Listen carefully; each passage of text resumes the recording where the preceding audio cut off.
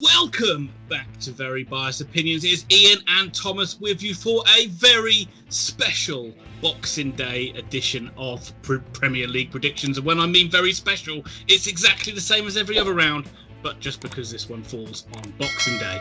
Let's go over quickly how we've done in some previous weeks. We've got 2 weeks to catch up on. Firstly, Thomas has had a horror show in week number 13, the midweek matches. He's lost to me 2 points to 10, only getting 2 forecasts right out of 10. I've done pretty well, just to give myself a pat on the back. But he has bounced back in week 14. It's not all doom and gloom, Thomas. Agonisingly for me, I was leading right the way up until Tammy Abraham slapped in that third goal for Chelsea to give Thomas an 8 points to 7 win. But that is what I get for backing Arsenal and West Bromwich Albion. Cool. Thomas leads 8-6 overall. Just before we jump into predictions, Thomas is going to give us a comment of the week. All right, comment of the week comes from Roberto Hollis. Roberto Hollis, you are our comment of the week because you had Everton 2, Arsenal 1. On top of that, you also had Brighton 1, Sheffield United 1. You predicted a Villa win, you predicted a Chelsea win, you predicted a Man United win at 4-1. You had a fantastic week, and we applaud your effort. You also had a Liverpool win. Well done. So well done to you, Roberto Hollis. You are our comment of the week. And now, without further ado, Gilding of Lilies, Ian, lead us in to the big match of the week. Arsenal versus Chelsea. So, Ian, will you be reverting to type and supporting the great and powerful 15th placed Arsenal in this football match? Or will you be supporting the blue juggernaut of Chelsea? Yeah, you say they're 15th place, but they've literally been robbed in every game. Even the games they've won, they should have won by more. It's a great point. It's a great point. They always deserve more. They were. I don't think I'm going to be insulting Arsenal fans here, but they were terrible against Everton. They really were lucky to be in the game with the penalty they got. Yes, it was a penalty, but up until that point, they'd offered very little. And the goals they conceded, I feel bad for Rob Holding. Calvert-Lewin gets good contact. He is just in the way of the header, and it does what it does. But, what are they doing with the Yerry Mina header? They've really... Do you know, weirdly, Arsenal have actually been quite good at defending set pieces this season. They haven't conceded many goals for them, but yeah, this was just a complete lack of concentration. Having the tallest guy on the pitch completely unmarked is never a good option. And it was a repeat of the Spurs game, pretty much, wasn't it? Everton just sat back in the second half and just said, you can have all the ball you want. We don't think you're going to score. Although they hit the post, to be fair to them, they thought, you're not going to score. And we still think we might be able to hit you on a counter-attack. So a very easy win for Everton, but it's drastic times for Arsenal. What are they going to do? Arsenal fans, is it got to be time you pull the plug on Arteta, or are you still going to be stubborn and stick with him? Because this is just going nowhere fast, and you are getting sucked into a relegation dogfight. We've done this a lot of times, Ian, but is it time for them to stop hiring managers that love tiki-taka football? And is it time to bring in a manager who can bring some steel to a side that have not had the mental fortitude to be a championship contender for 12, 13 years now? Like, look at the difference. Yeah. Ancelotti and Arteta came in at the same time. Yeah, absolutely. That was highlighted a lot this week, wasn't it? And how you'd love to turn the clock back and get Ancelotti now, who they probably turned their nose at and said, oh, wow, he's a bit too old. We're looking for a long-term project. Well, working out great for you so far, isn't it? I'm sure Everton are loving you for that decision.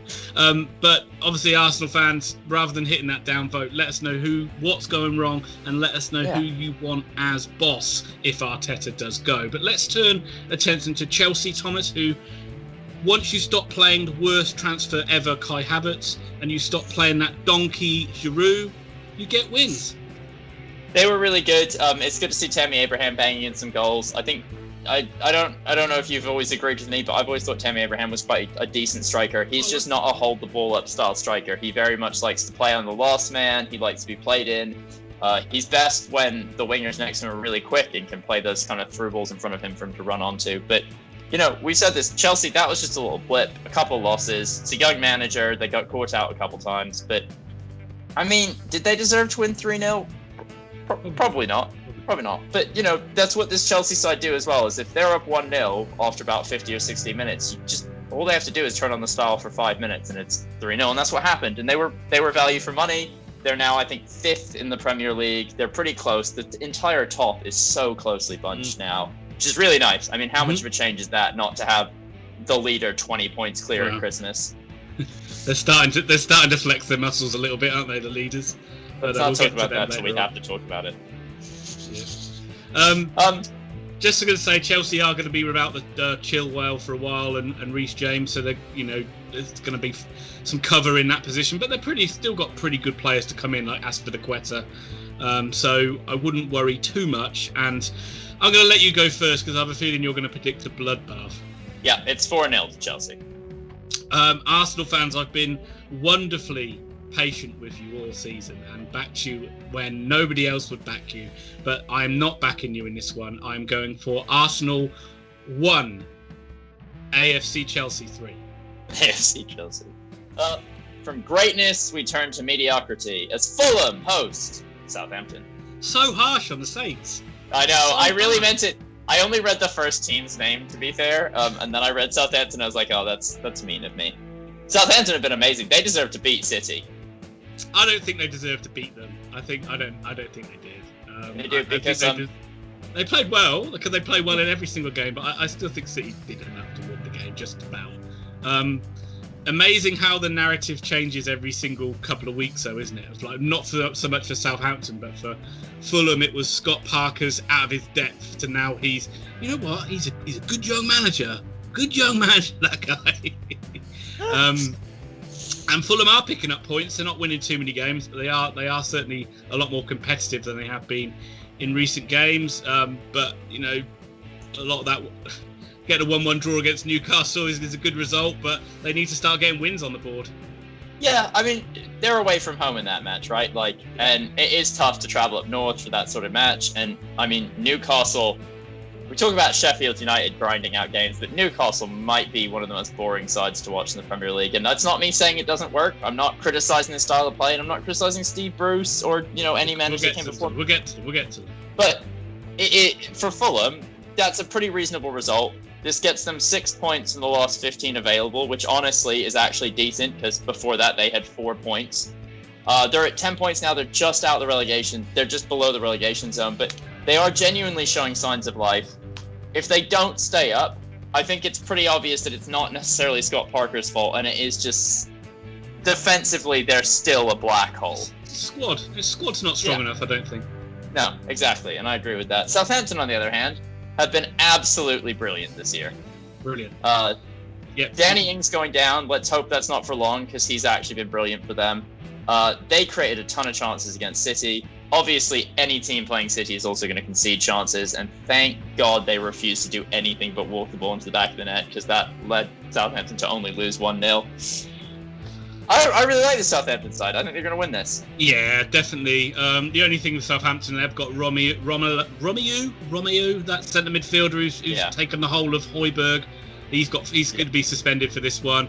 But we'll talk about how good their centre backs are another day, like Vestergaard and Bednarak. They're so good. And Vestergaard. Sign him, Man United. Sign him now. And all their attacking players, we've talked about them to death, even though Tom seems to hate Nathan Redmond for some reason. But little young upstart. Did you see him? No! Don't stop giving him a hard time, Thomas. Give praise. Where's the praise? None for Nathan Redmond. Nathan Redmond, bad game. Bad. And they'll be too strong for Fulham, I think, the Saints. A couple of goals for young upstart Theo Walcott. 2-1 win for the Saints. Yeah, Theo Walcott, every time I watch him, looks better than the time before. 2-0 to the Saints. Champions Liverpool and top of the league Liverpool versus West Bromwich Albion. Right, let's get this out of the way. Liverpool absolutely bulldozed Crystal Palace. I could not have enjoyed Roy Hodgson's facial features more. At one point, I think it was at 4-0, you can just see him turn to the bench and be like, what more can we do? Every goal they conceded, there wasn't even an inquisition at the back. It was such a good attacker, such a good finish. No one complained. Guaita didn't shout at the defenders, and the defenders were just stood being like, shit. It was a masterclass, really, wasn't it? Certainly of awesome. finishing. Watching Mane refuse to come off, literally stood still for a full 30 seconds before coming off and was just bitching and moaning. Jurgen Klopp laughing at it. They were absolutely awesome. You can't say enough. And it's good to see Roberto Firmino get a couple goals. And that chip was exquisite. It somehow goes up, and then it reaches a height and just starts traveling forward all of a sudden. And you're like, it's perfect. Yeah. It's perfect. I mean, they talked about the Tottenham game as if they'd like put the marker down, and that was a game that probably should have been a draw, which Liverpool came out and won in the end. Yeah, great week for Firmino as well, by the way. He got the winner in that one. But now it's just like literally they've just almost said like, right, we're top of the league. It's time to just like show what we're made of. And that was an absolute thumping of Crystal Palace, which rarely sides do that to Crystal Palace, by the way. No. And you have to think it could be a similar scoreline this weekend. I was not impressed by West Brom. Obviously, Big Sam's only been there for a week, but all their previous flaws were already on show. The Jake Livermore tackle was a horror tackle, and the fact that he had a problem with the sending off with that was... Yeah, well, Sam's already kind of like ousted him, really, hasn't he? He's kind of said he's going to remove the captaincy from him, pretty much. Because they had discipline problems all through the season. He said the one thing we don't want to do in this game is go a player down. What does Livermore do? And as captain, unforgivable mistake, because they were up against it anyway, and that just gave them. They had no chance when they went down to 10 men. Yeah, no, I think we said this before, and I think West Brom fans, from what I've read in the papers, they might not necessarily have loved Bilic because apparently they've had a really hard time in the whole year of 2020, but. I mean, what does a guy have to do to get some extra time in this role? Well, and I think also the back end of that championship season, they did sort of splutter and fall over the line. Oh, I know. Rather than win it triumphantly, which I guess... Sam Allardyce isn't next year's answer. Sam Allardyce is a 6-month stopgap. It's not the future. I agree with you there, Tom. I'm just saying these things do just linger over sometimes, don't they? Like the bad blood from seasons before.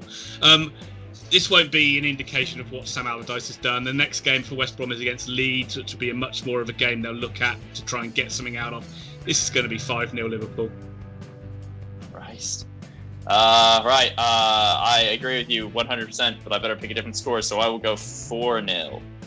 Manchester City host Pride of the North, Newcastle United. Clearly, Pep Guardiola is harnessing his inner Mourinho these days, and he is going for solid 1-0 wins because that seems to be all they could ever score in a game. You didn't think they deserved to get anything about Southampton. I thought they were still good. They've got this over tendency to walk the ball in the net. Why don't they shoot the foot? Like, I played 6... They're turning into Arsenal. How many times do I have to tell you? They're turning into Wenger's Arsenal.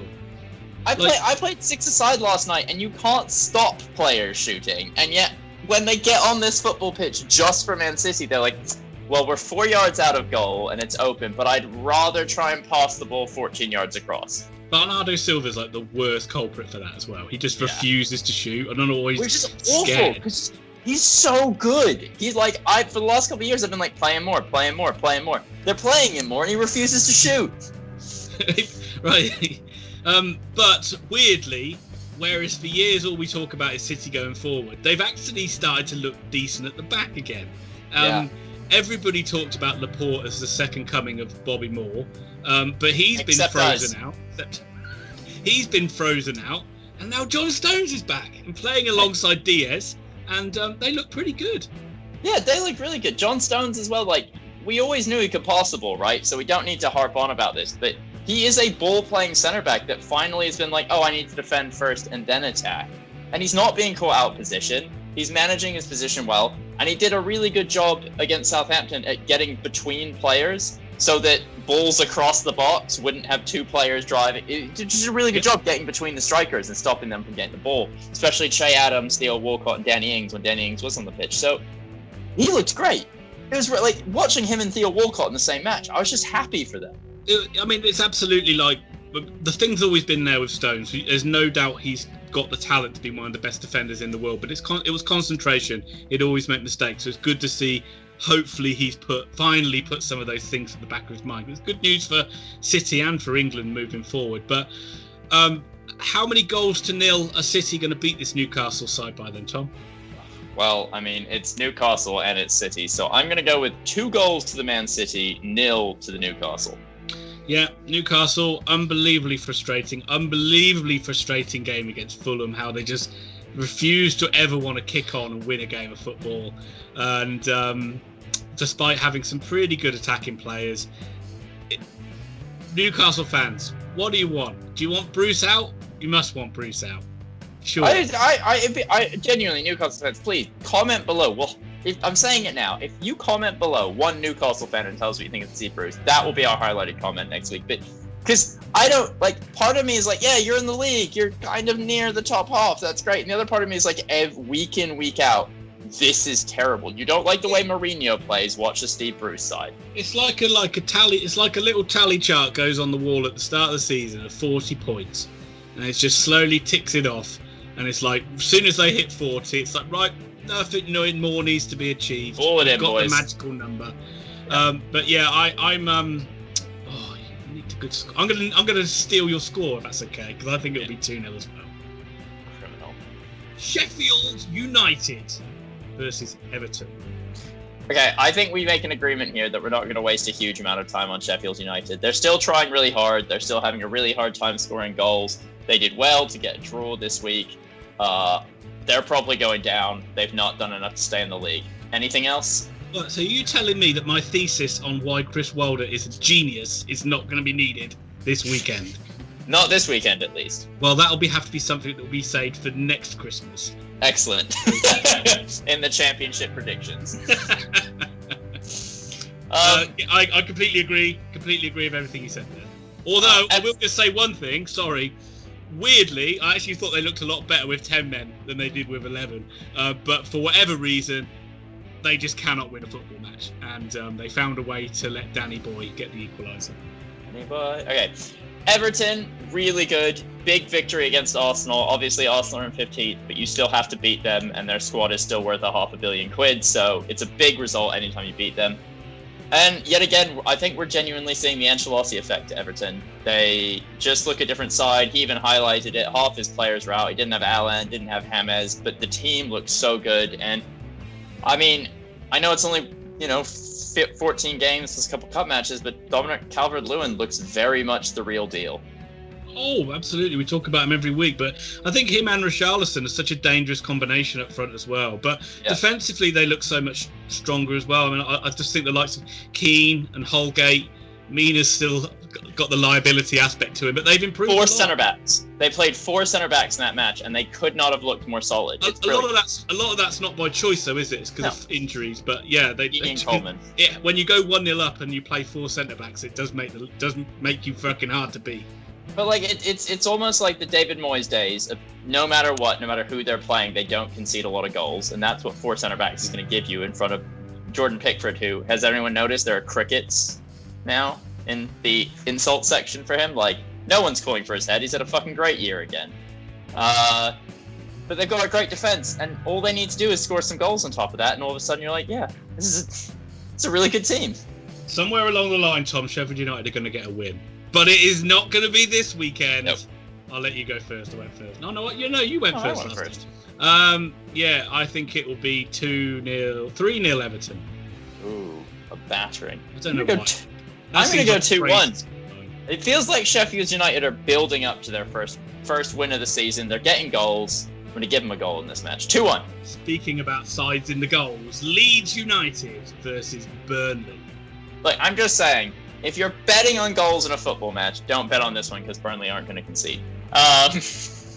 Leeds. Burnley scored 2 goals for the first time in a game this season. Yeah. Oh yeah. So yeah, let's talk about Burnley. Burnley won. They beat Wolves. And I think they could have beaten Wolves by more, Ian, don't you? Absolutely. Yeah. I mean, you're gonna say a stat about Barnes and Wood in a minute. I know you are. But when you do play those two, they are a handful. They do tend to miss a lot of chances, but they do stick them away as well. Yeah, so they've accounted for, I think it was over 33 or 35% of all the goals they've ever scored in the Premier League right there. It's like 240 goals ever in the top flight, and they scored like 70 or 80 of them. And they're, like we said earlier off camera, like, they're maybe not the greatest footballers, but they're quite technically gifted at what they do.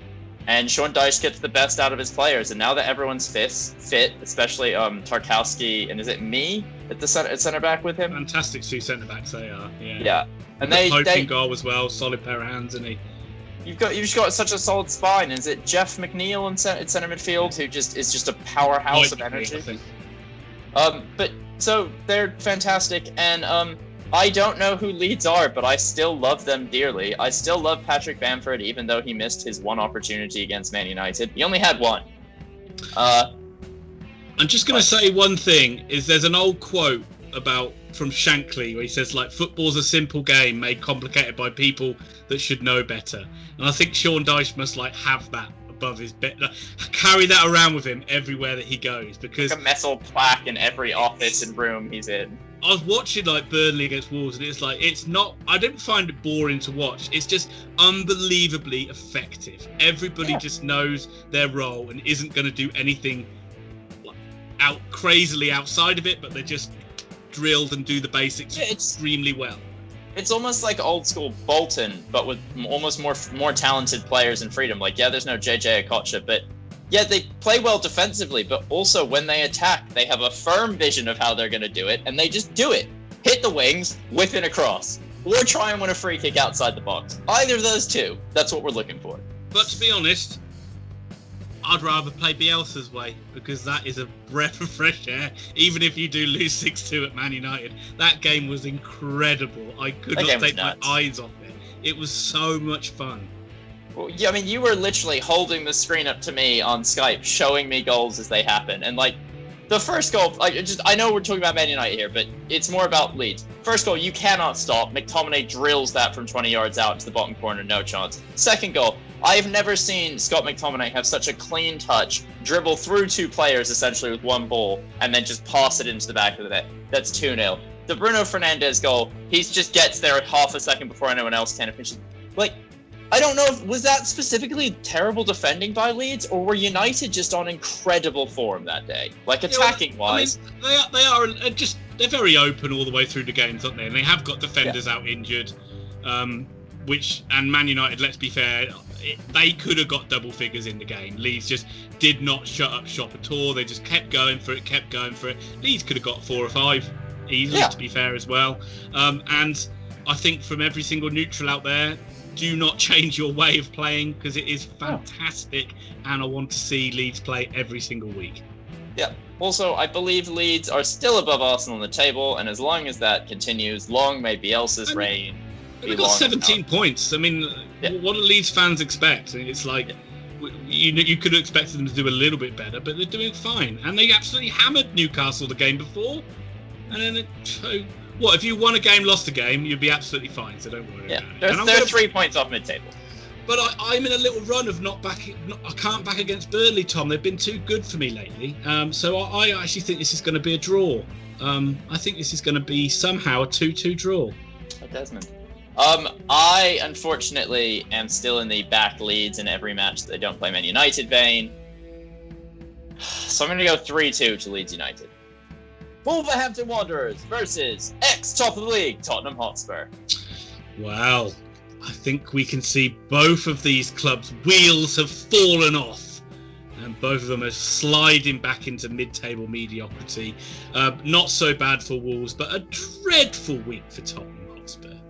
Yeah, Poor Spurs. I mean, the Liverpool game was a sucker punch. They definitely could have won it. They had a bunch of opportunities in the second half. It was 1-1, and that last-minute goal killed them.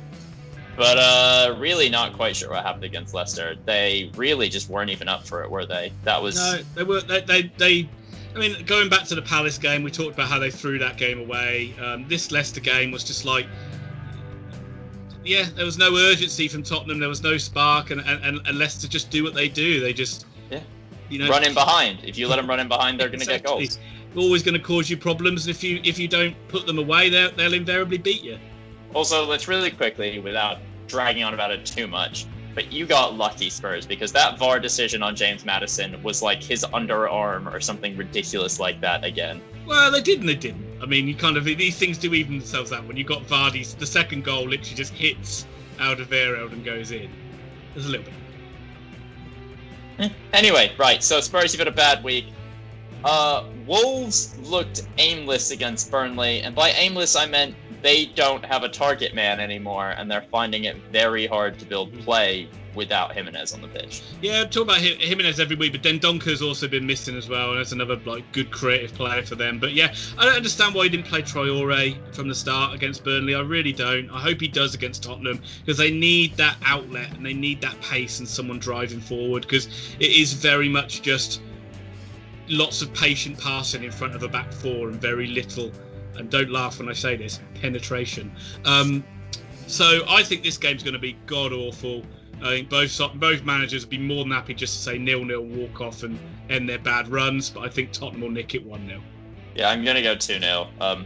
I think this is a match that Spurs are going to look at and go, right, we can right our ship. We know they're not going to offer a lot going forward, and we know we have one of the best attacks in the league. Song with the brace. Just the narrative of just everything's like a little 38-game mini-season. It's like two games ago, Tottenham, they nailed on their title contenders. A couple of games later, Mourinho just never can change his tactics, can he? It's like, for fuck's sake. I mean, I actually said this in the car last night to a mate of mine. I was like, it feels like we played 25 games this season. We're at match 14. Some teams, like Villa, have only played 12. And that's the weird thing is the Premier League has pretty much been has been just a game a week, but because it's so stretched out, it feels like it's just been relentless. Yeah. It does, and especially the media behind some of these teams, and especially this dumb thing we're doing now where it's only 3 games a day, and then 3 games the next day, and then 2 games the next day. You wait till you get to the final game and I talk about Man United's title parade. Good. Aston Villa versus... Oh, Thomas, wait! Watch out! The Christmas Eagles are coming! This is Aston Villa versus Crystal Palace. I talked about this quite a while ago, how there's like just a little cluster of teams, and Wolves are in there, Villa are in there, Newcastle, Southampton, and maybe Southampton have improved a little bit from that. Of one week they're great, next week they're pretty awful, and it's just literally like Villa skirt that line. Although to be fair to them, they couldn't have done much more to beat Burnley. They'd have 27 shots and got a 0-0. Yeah, that was insane. But they absolutely put that right against West Brom by thrashing them. Yeah, they thrashed him. I think Jack Grealish might have been fouled about 87 times in that match as well. It seems the only way to contain that guy is just to kick him before he can start running. He's too good for Villa, isn't he? Yeah. Oh, without a shadow of a doubt. He is, though. You could see, other teams worried about him because he's a bit of a Mesut Ozil. He does play the match at his own pace. It's not like Traore where he gets the ball and he runs at pace. He picks up the ball and sometimes he just stands still and looks at the defender in front of him. I think his work rate is a lot better than Mesut Ozil. His defensive work rate is a lot better. Yeah. You do see him tracking back and winning defensive headers and tackles and stuff. So I do get your point, but I'm loath to tar him with that brush. No, but he's fantastic anyway. He had a really good game. El Ghazi's goal was decent. Grealish wins a penalty in the second half. Can't remember what the second goal was, but this Villa side, even when they lose, it's not like they're not creating chances, right? They create a ton of chances. They just don't always put them away. They've had a ton of chances, and they've had some great results. Yeah, they have, and they're pushed up the table, but they are coming up against an eagle with a wounded wing. Definitely, wounded wing, broken talon, snapped beak, you name it. Palace are hurting. Missing an eye. Normally you'd put that bird down, but Roy Hodgson will never be put down. Hodgson's foolishly patched this bird up and he sent it to the Midlands, ready for war. I can just imagine a stick and he's tied the wings to the stick and then just kind of thrown it at full pelt. Uh-huh. You'll make it, boy! You'll make it! Oh God, look at it go down. After they lost 7-0 to Liverpool, you'd almost say this is a classic one Palace will go and win, isn't it, this weekend? Yeah, or just a 0-0 where he comes out afterwards and was like anything was better than losing. Yeah, and to be fair, I think most Palace fans would take that quite happily. I think I said it earlier when I talked about Liverpool. They were totally shell-shocked by what a fantastic performance that was. And I don't think it'll be hard for Palace to throw this one out the window and just we just have to do better in the next match and we'll be fine.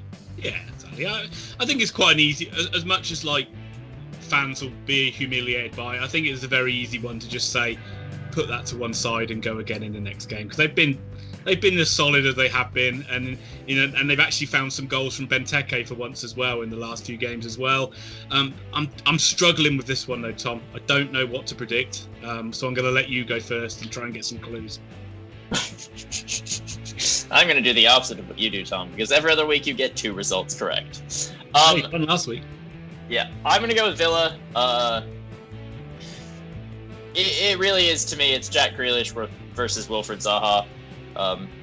I think Grealish is more creative. I think he'll do a bit more in this, and you never know which Zaha's going to turn up. So let's go Aston Villa 2, Crystal Palace 1.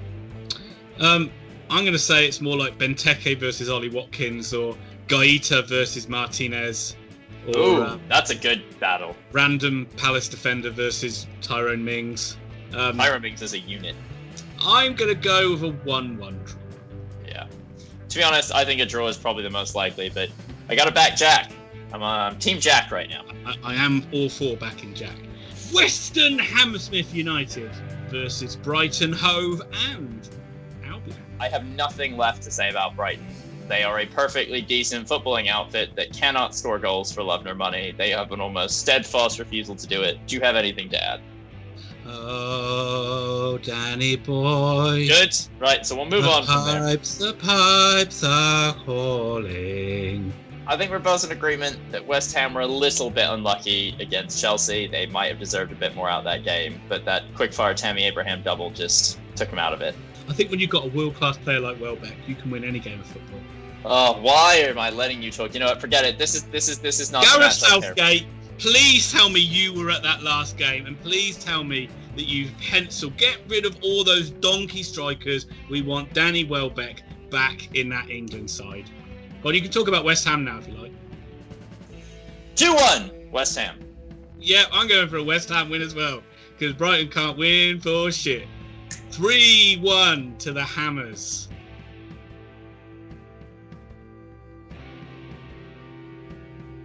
Okay, ladies and gentlemen, on behalf of myself and Thomas, we're hoping that this is going to be a Christmas treat. And who knows, this might even be a game we do a sneaky live stream on. We might be doing that.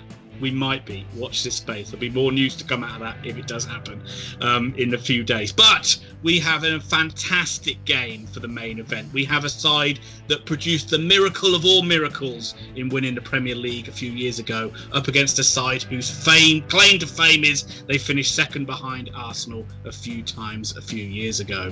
That's right. It's the main event. Leicester City hosting Manchester United. They're gonna win the league. They're gonna win the league. Now you're gonna believe us. And now you're gonna believe us. And now you're gonna believe us. We're gonna win the league. Not my words, folks. The words of our resident expert and Manchester United fan, Thomas Pickering. Yet again, Ian Allen putting words in my mouth. What really makes this match truly exciting is it's second versus third.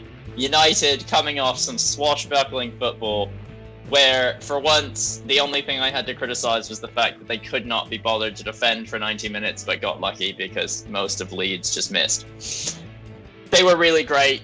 Seeing Scott McTominay score a brace was really good, especially because he definitely deserves to play more, and it's good to see him out there. Bruno Fernandes is, as always, magical. Martial actually looked up for a match of football, which is rare from him. He laid on a couple assists and got a goal, I'm pretty sure. Finishing woeful, though, isn't it? Anyway, that's nothing. I can't comment. Don't comment on that because they won bloody by 6-2. 6-2. And some of the passes Martial hit were spectacular. I think the second McTominay goal, he threads it through 3 people to get it to him. It was great. Rashford had a pretty decent game as well, but in general, they were great going forward. Obviously, when James scores a goal, you have to win the game, because if you don't, something is wrong, because that guy cannot score against anything but the worst opposition. And United looked good, and they papered over all the cracks that dropping out of the Champions League created. But I think you love this United side, Ian, because you don't know what in God's name they're going to produce any week. You know they're going to attack. You know they can't defend. We are Newcastle United under Kevin Keegan at this point. If you score 4, we're aiming to score 5. I don't know what we're going to get here. I'm really hoping we play a deep line. If United don't play a deep line against Jamie Vardy, it's going to be an absolute massacre because, you know, Jamie Vardy's having a party. And this game has goals written all over it.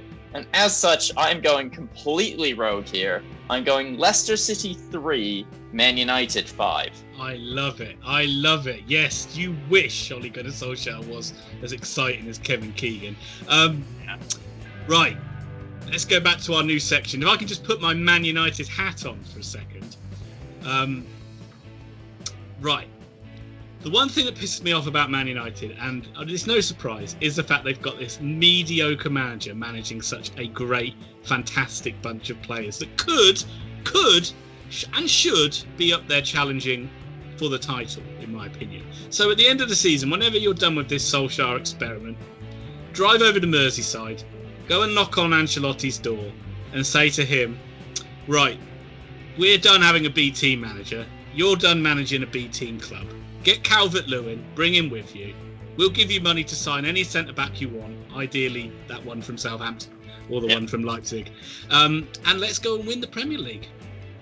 Yeah, that'd be great. That'd be a dream come true. Sadly, it won't happen. We're going to sign Ahmed Diallo, and we're going to claim that Ole Gunnar Solskjaer is at the wheel. This should be fun, but Leicester are garbage at home and Man United are superb away, as we know.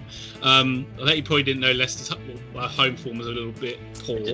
But in the last game, Jamie Vardy was having such a good time out there. It was like he was having some sort of a soiree, some sort of a gala ball, I would say. A happening. He was loving it so much. And you know they're a difficult side. You know they're going to cause Man United problems. And you do think it is going to be a pretty much like you have a go, we have a go. So you hope it is going to be that sort of a game. And I can't go with your crazy scoreline, but I'll go for Leicester 2, Man United 4. I thought you were going to go with Leicester 4, United 6, and I was like, yep, yeah, I see that as well. Yeah, I hope I could even see Leicester going 2-0 up and Man United storming back in the second half. Oh yeah. Which is what's been the narrative all the way through the season.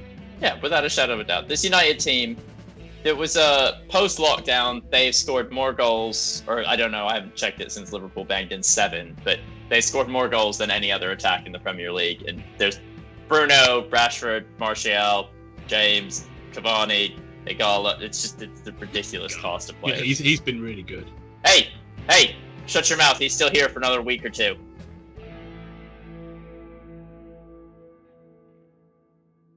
Okay, ladies and gentlemen, that will wrap it up. Once again, we hope that you did have a good Christmas, or are going to have a good Christmas, and we hope this video brings you some smidging of joy. As always, if you could hit that like button, that will help us out so much, and hit that subscribe button. We went past 2,000 subscribers this month, and on behalf of myself and Thomas, we want to thank you very much for that. Anybody that watches any second of our video is really appreciated, but if you haven't subscribed, hit that subscribe button and the notify bell as well. We didn't talk about our Grandstand Betters game. Very, very quickly, our Grandstand Betters play of the week is going to be the game between Leicester City and Manchester United. We are going for over 3 goals in this one. If you haven't checked out Grandstand Betters yet, their details are on the screen. Go and check out their YouTube channel as well. It is blowing up because basically they get all their decisions right. This will inexplicably be a 0-0 draw now between Leicester and Man United now that we've picked it. But this game has got goals written all over it, and we're going for over 3. If it's 3 goals, you get your money back, but we reckon there'll be more than goals in that. But just go over the Grandstand Betters and check them out. We've also got some affiliate links down in the description below as well for Audible and Amazon. So please check those ones out as well, and just have a look at the cards and the end screen for other videos that we do too. And as I said, we might have some funky live streams coming up on Boxing Day. But Thomas, wish the good folk a happy Hanukkah. Merry Xmas.